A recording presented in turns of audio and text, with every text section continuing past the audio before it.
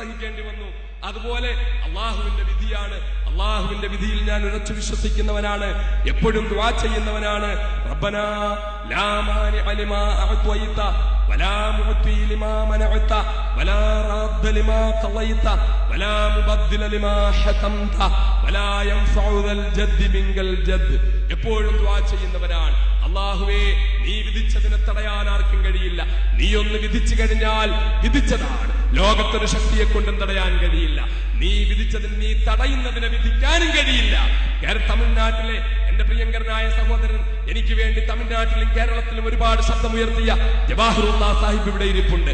അദ്ദേഹത്തിന് അറിയാം, യഥാർത്ഥത്തിൽ എക്സ്ട്രാ ജുഡീഷ്യൽ വർക്കുകൾ ഒരുപാട് നടന്നിട്ടുണ്ട്, ഒരുപാട് സമ്മർദ്ദങ്ങൾ ഉണ്ടായിട്ടുണ്ട്. പക്ഷേ ആ സമ്മർദ്ദങ്ങളെല്ലാം അതിജീവിച്ചുകൊണ്ട് എന്നെ പരിപൂർണനായി കുറ്റവിമുക്തനാക്കപ്പെട്ടതിൽ അതെന്തുകൊണ്ടാ? റബ്ബനാ ലാ മാനിഅ ലിമാ അഅ്തൈത വലാ റാദ്ദ ലിമാ ഖളൈത. തമ്പുരാനെ, നീ വിധിച്ചാൽ നിന്റെ വിധിയെ തടുക്കാൻ സുപ്രീം കോടതിയിലെ ജഡ്ജിമാർക്ക് കഴിയില്ല, ഹൈക്കോടതിയിലെ ജഡ്ജിമാർക്ക് കഴിയില്ല. നിന്റെ വിധിയെ തടുക്കാൻ ജോർജ് ബുഷിനെ കൊണ്ടാവില്ല, നിന്റെ വിധിയെ തടുക്കാൻ മൻമോഹൻ സിംഗിനെ കൊണ്ടാവില്ല, നിന്റെ വിധിയെ തടുക്കാൻ ലോകത്തൊരു ശക്തിയെ കൊണ്ടുമാവില്ല. നിനക്ക് മാത്രമാണ് വിധിക്കാൻ ശക്തിയുള്ളത്. അല്ലാഹു റബ്ബുൽ ഇസ്സത്തിന്റെ വിധി, ആ വിധിയാണ് ഉണ്ടായത്. ആ വിധിയിൽ ഞാൻ ഉറച്ചു വിശ്വസിക്കുന്നു. ആദ്യം പടച്ചോൻ വിധിച്ചു 9 കൊല്ലം ജയിലിൽ കിടക്കണമെന്ന്. ഞാനത് സ്വീകരിച്ചു. എനിക്ക് ആരോടും ദുഃഖമില്ല, പ്രതിഷേധമില്ല, എതിർപ്പില്ല. പലരും ചോദിക്കുന്നു, ഇന്ന് പത്രസമ്മേളനത്തിലൊക്കെ ആരുടെയെങ്കിലും ഒന്ന് പേര് പറയിപ്പിക്കാൻ വേണ്ടി എന്റെ ബഹുമാന്യരായ പത്രപ്രവർത്തകർ ഒരുപാട് ശ്രമങ്ങൾ നടത്തി. ഞാൻ ആവർത്തിച്ച് പറയുന്നു, ഇല്ല, ഞാൻ പേര് പറയില്ല, ഞാൻ പേര് പറയില്ല. പേര് പറഞ്ഞാൽ ഒരുപാട് അപകടങ്ങളിലേക്കെത്തും, ഒരുപാട് ബുദ്ധിമുട്ടുകളിലേക്കെത്തും. വീണ്ടും മനുഷ്യരുടെ മനസ്സുകളിൽ സംഘർഷത്തിന്റെയും മനുഷ്യ മനസ്സുകളിൽ പകയുടെയും വിദ്വേഷത്തിന്റെയും വിത്തുപാകാൻ അത് തയ്യാറാകും, അതുകൊണ്ട് കാരണമാകും. അതുകൊണ്ട് പേര് പറയാൻ ഞാൻ തയ്യാറാകുന്നില്ല. എനിക്കറിയാം, എല്ലാവരെ കുറിച്ചും എനിക്ക് ബോധ്യമുണ്ട്. അവർക്കൊക്കെ ഞാൻ കൊടുക്കാൻ പോകുന്ന മറുപടി ആശയപരമായ മറുപടിയാണ് ഞാൻ കൊടുക്കാൻ പോകുന്നത്. ഈ രാജ്യത്തെ മർദ്ദിത സമൂഹങ്ങളെ, പീഡിത സമൂഹങ്ങളെ ഒരുമിപ്പിച്ചുകൊണ്ട് അവർക്കൊക്കെ ശക്തമായ മറുപടി കൊടുക്കും. എന്റെ ശിഷ്ടായുസ് മുഴുവൻ ഞാൻ അതിനുവേണ്ടി വിനിയോഗിക്കും. ഇതിനപ്പുറം ജയിലിൽ കിടന്നതിന്റെ പേരിൽ എനിക്ക് ആരോടും പകയില്ല, എനിക്കാരോടും വിദ്വേഷമില്ല. പക്ഷേ എന്റെ പ്രിയപ്പെട്ട സഹോദരന്മാരറിയണം, എന്തിനാണ് ഞാൻ ജയിലിലടയ്ക്കപ്പെട്ടത്, ഞാൻ ചെയ്ത കുറ്റം എന്തായിരുന്നു. ഞാൻ പറഞ്ഞു, എനിക്ക് ചില അപാകതകളൊക്കെ പറ്റിയിട്ടുണ്ട്, അത് ഞാൻ തിരുത്തുമെന്ന് പറഞ്ഞു. അത് കേട്ടപ്പോൾ പലരും അതിൽ പിടിച്ചുകൊണ്ട് കൊണ്ടാടുകയാണ്. ചിലർ മുഖപ്രസംഗങ്ങൾ എഴുതുന്നു, ചിലർ ലേഖനങ്ങൾ എഴുതുന്നു. മൗദനി നേരത്തെ ചെയ്തതൊക്കെ തെറ്റായിരുന്നെന്നും ഞങ്ങളുടെ നേതാവ് പറഞ്ഞത് ശരിയായിരുന്നെന്നും ഒക്കെ ഇപ്പോൾ ബോധ്യപ്പെട്ടില്ലേ എന്ന് ചോദിക്കുന്നു. ഇല്ല, മൗദനിയുടെ ആശയത്തിൽ ഒരു തെറ്റും വന്നുവെന്ന് മൗദനി സമ്മതിക്കുന്നില്ല. ആസാമിലും ഭിവണ്ടിയിലും ഗുജറാത്തിലും ജംഷഡ്പൂരിലും ഗോഹട്ടിയിലും വാരാണസിയിലും അയോധ്യയിലും അലിഗറിലും അഹമ്മദാബാദിലും ഭഗൽപൂരിലും ജബൽപൂരിലും ഗുജറോറിലും ജംഷഡ്പൂരിലും വെട്ടിനുറുക്കപ്പെട്ട നിരപരാധികൾക്ക് വേണ്ടി മൗദനി ശബ്ദിച്ചിട്ടുണ്ടെങ്കിൽ അത് ശരി തന്നെയായിരുന്നു എന്നാണ് ഇപ്പോഴും എന്റെ അഭിപ്രായം. ഈ രാജ്യത്തെ സ്വാതന്ത്ര്യത്തിന്റെ 50ാം വാർഷികം ആഘോഷിക്കുമ്പോൾ ഞാൻ മൈക്ക് കെട്ടി കാസർഗോഡ് മുതൽ തിരുവനന്തപുരം വരെ പ്രസംഗിച്ചു.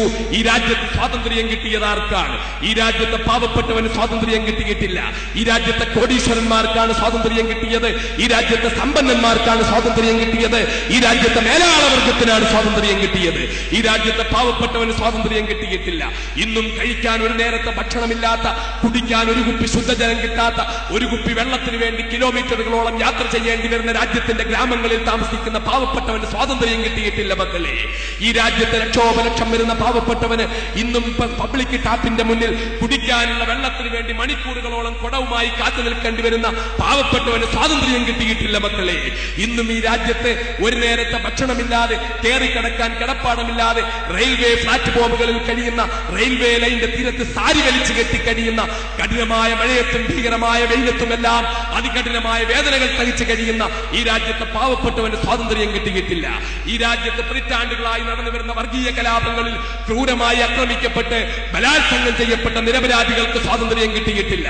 ഈ രാജ്യത്തെ പിതാക്കന്മാർ ക്രൂരമായി വധിക്കപ്പെട്ട അനാഥ കുഞ്ഞുങ്ങൾക്ക് സ്വാതന്ത്ര്യം കിട്ടിയിട്ടില്ല. ഈ സ്വാതന്ത്ര്യം കിട്ടിയത് ഈ രാജ്യത്തെ കോടീശ്വരന്മാർക്കും സമ്പന്നന്മാർക്കും മേലാളവർഗത്തിനുമാണ്.